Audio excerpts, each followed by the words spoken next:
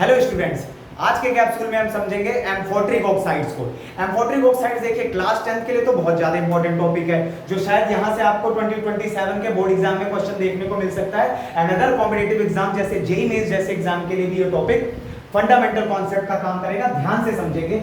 देखिए amphoteric oxides की अगर मैं बात कर रहा हूं तो ये एसिडिक और बेसिक दोनों तरीके के ऑक्साइड्स हैं। सबसे पहली बात आपको ध्यान रखनी है स्टूडेंट्स कि ये एसिडिक और बेसिक दोनों तरीके के ऑक्साइड्स का क्या मतलब है कि जब ये बेस के साथ रिएक्शन करेंगे हैं तो ये नॉर्मल आपको दिख रहे हैं कि एम्फोट्रिक ऑक्साइड्स मतलब थोड़ा एग्जांपल दीजिए। तो जैसे मैंने बोला आपको एल्यूमिनियम ऑक्साइड, जैसे मैंने आपको बोला लेड ऑक्साइड, जैसे मैंने आपको बोला टिन ऑक्साइड, जैसे मैंने आपको बोला जिंक ऑक्साइड।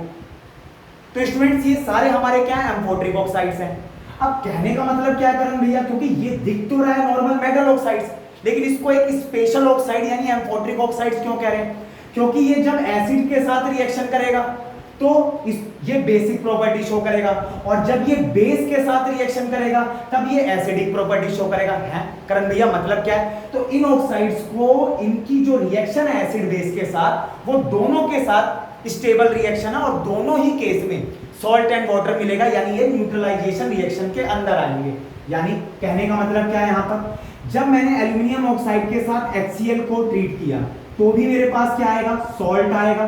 ठीक है, सॉल्ट आ गया करण भैया, एल्यूमिनियम क्लोराइड, सॉल्ट आ गया हमारे पास एल्यूमिनियम क्लोराइड प्लस में वाटर मॉलिक्यूल। और जब मैंने एल्यूमिनियम ऑक्साइड को यहाँ देखिए स्टूडेंट्स ध्यान से, इसी को मैंने NaOH से ट्रीट किया, एक स्ट्रॉन्ग बेस से ट्रीट किया, तभी भी मेरे पास क्या आएगा? सॉल्ट आएगा।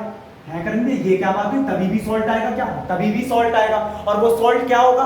वो सॉल्ट क्या होगा? बोर्ड एग्जाम में क्वेश्चन पूछा गया है, PYQ में जाकर देखिए, सोडियम एल्यूमिनेट। क्या है वो सॉल्ट? सोडियम एल्यूमिनेट, ये भी एक सॉल्ट है। आ रही है बात समझ में? इसी तरीके से मान लीजिए मैंने जिंक ऑक्साइड लिया, जिंक ऑक्साइड को HCl से ट्रीट किया तो भी आपके पास सॉल्ट आया, जिंक क्लोराइड और वाटर मॉलिक्यूल। और जिंक ऑक्साइड ने जब कास्टिक सोडा यानी सोडियम हाइड्रोक्साइड स्ट्रॉन्ग बेस के साथ रिएक्शन करी तो भी सॉल्ट आया करण दिया, और उस सॉल्ट का नाम क्या? अगेन बोर्ड एग्जाम ने पूछा है, सोडियम जिंकेट NaZnO2। तो आई होप एम्फोट्रिक ऑक्साइड्स आपको समझ आए होंगे। मिलते हैं स्टूडेंट्स फिर नेक्स्ट कैप्सूल में।